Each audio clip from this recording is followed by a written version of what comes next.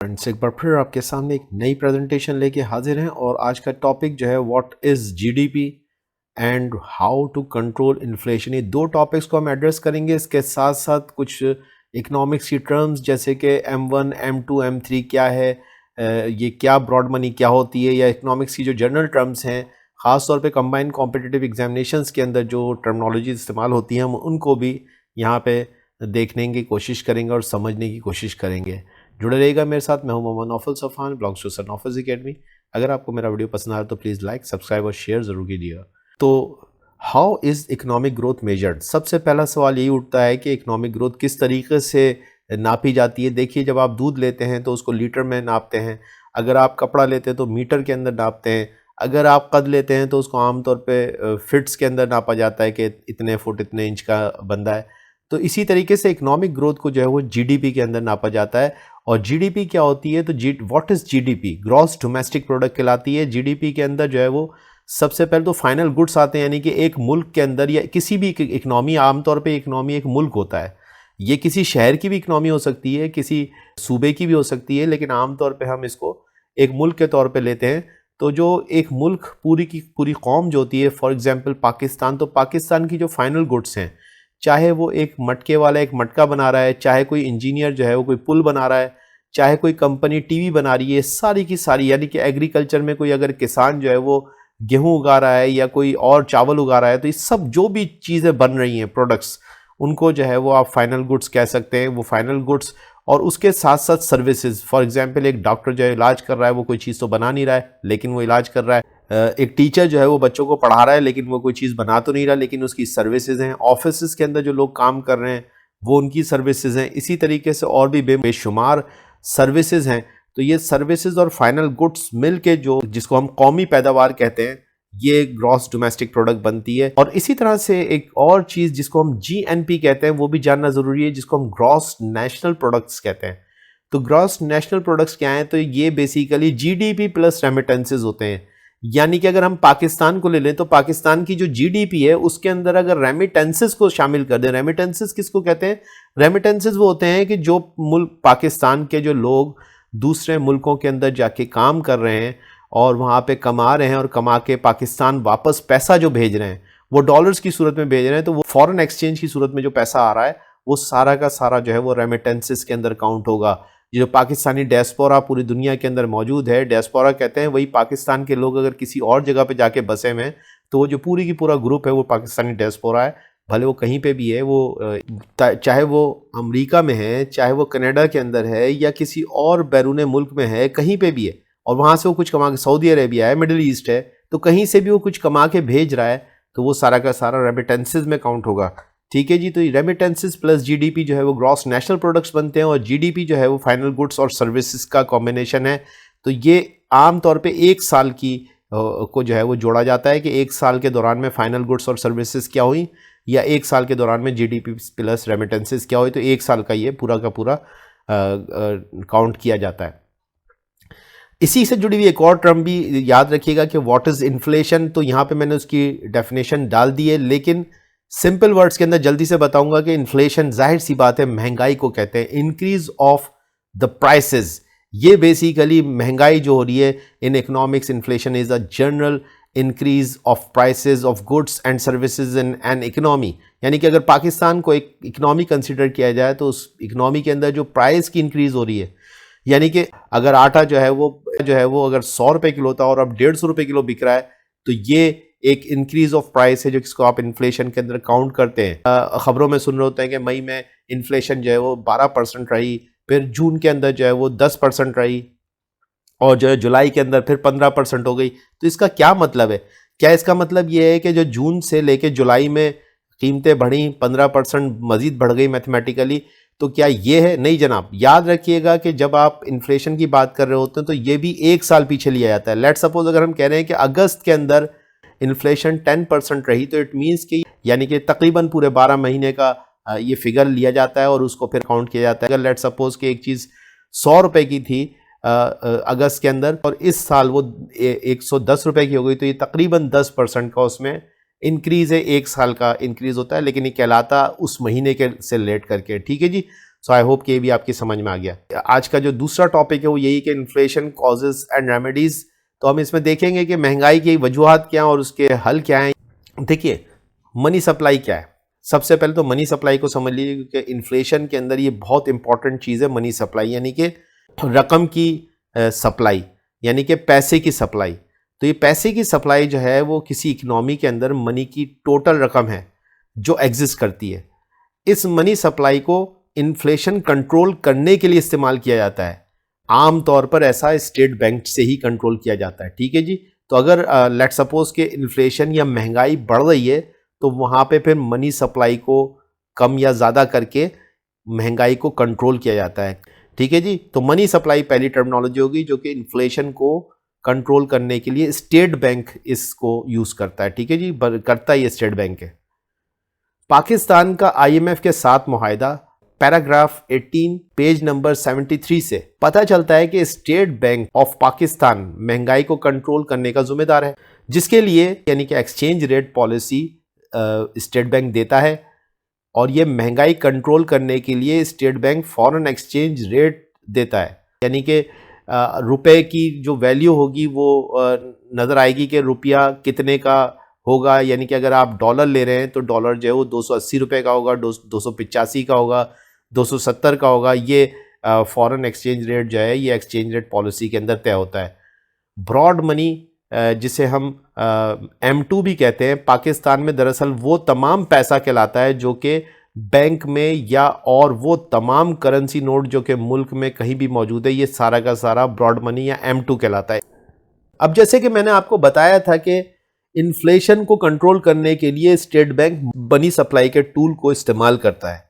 तो अब देखते हैं कि मनी सप्लाई क्या है। देखिए, मनी सप्लाई M0 या M1 जिसको हम नैरो मनी कहते हैं, ये मनी सप्लाई की पहली एक किस्म है। जिसके अलावा M2 या M3 दोनों, यानी कि अब आप देख रहे हैं कि एक तरफ तो आपको M0 M1 ये एक ही चीज़ है नैरो मनी जिसको कहते हैं, और दूसरी तरफ M2 और उसकी तीसरी किस्म M3। तो टोटल किस्म हो गई M1 M2 और M3। ठीक है जी। M1 M2 M3 देख लेते हैं क्या चीज़ है। देखिए, M0 या M1 जिसको हम कह रहे हैं वो चेकेबल डिपॉजिट्स हैं, डिमांड डिपॉजिट्स या डिमांड ड्राफ्ट्स भी हो सकते हैं। इसके अंदर कॉइन्स हैं, करेंसी नोट्स हैं।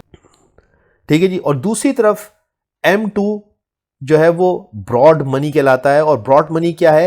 ये M1 plus non cash assets and deposits हैं। ठीक है जी। वो सारा का सारा पैसा जो M1 है या वो सारी की सारी कीमत जो कि M1 के अंदर आ रही है, और उसके साथ साथ नॉन कैश एसेट डिपॉजिट्स भी इसके अंदर शामिल हो जाएंगे। और M3 जो है वो M1 और M2 का दोनों का जो टोटल है वो M3 कहलाएगा। इसको मैंने एक और इस फिगर के जरिए से इलॉबरेट करने की कोशिश करी। तो अगर आप देखें तो M1 तो अपनी जगह पे है, जिसको मैंने आपको बताया कि M1 नैरो मनी है। और उसके बाद अगर M2 देखें तो M2 दरअसल वो है जो जिसके अंदर M1 भी शामिल है। ठीक है जी।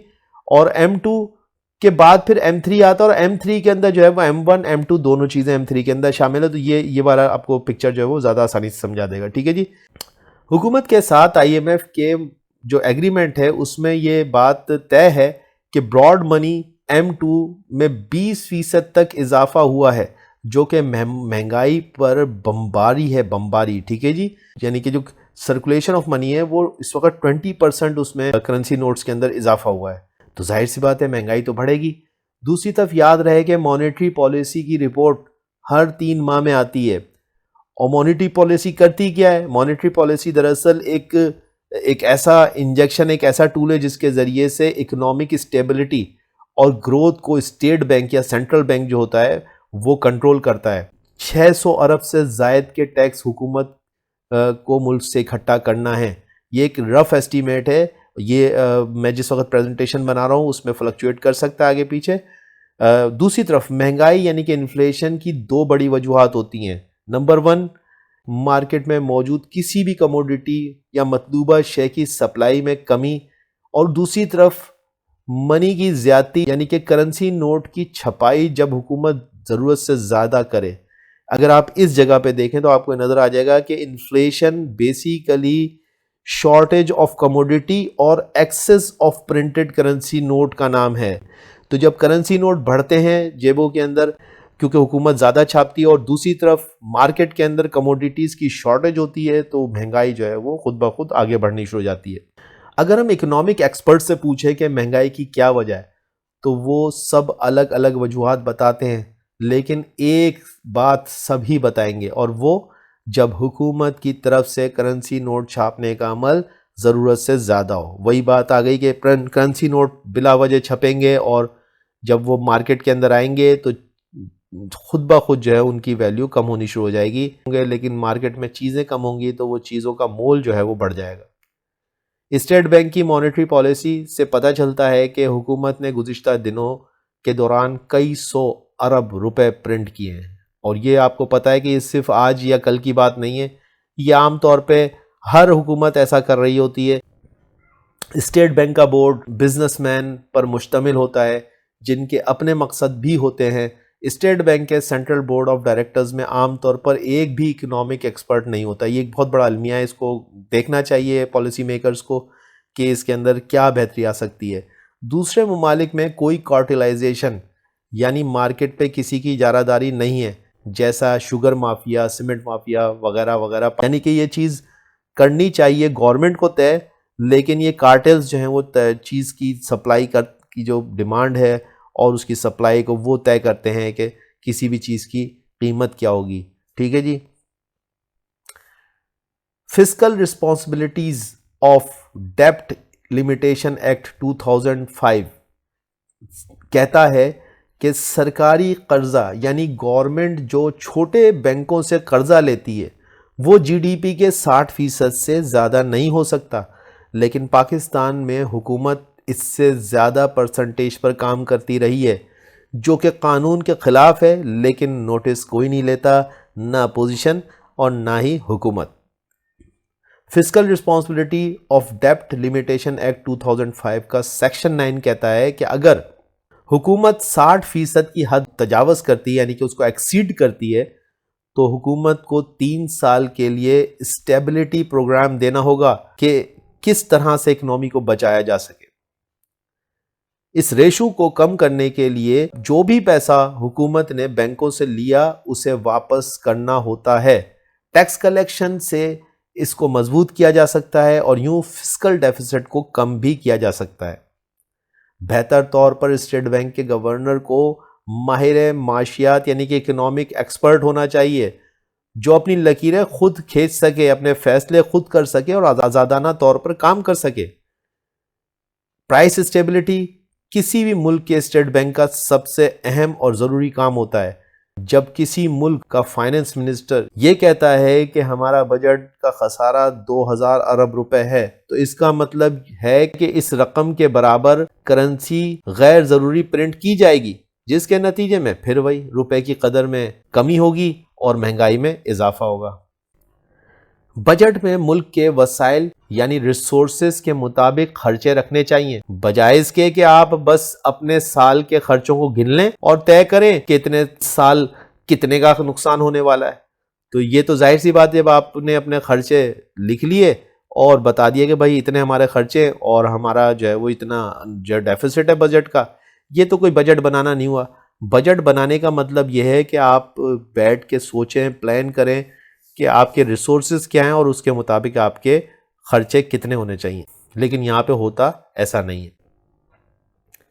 एनर्जी सेक्टर में जो हर साल अरबों रुपए का खसारा होता है, इस पर काबू पाया जाए, हुकूमत की तरफ से कर्ज ली गई रकम रिलेटेड बैंकों को वापस की जाए और लाजमी तौर पर इस रकम को एग्रीकल्चर जैसे जरूरी सेक्टर में भी लगाया जाए, जो पाकिस्तान की सबसे अहम तरीन फील्ड है।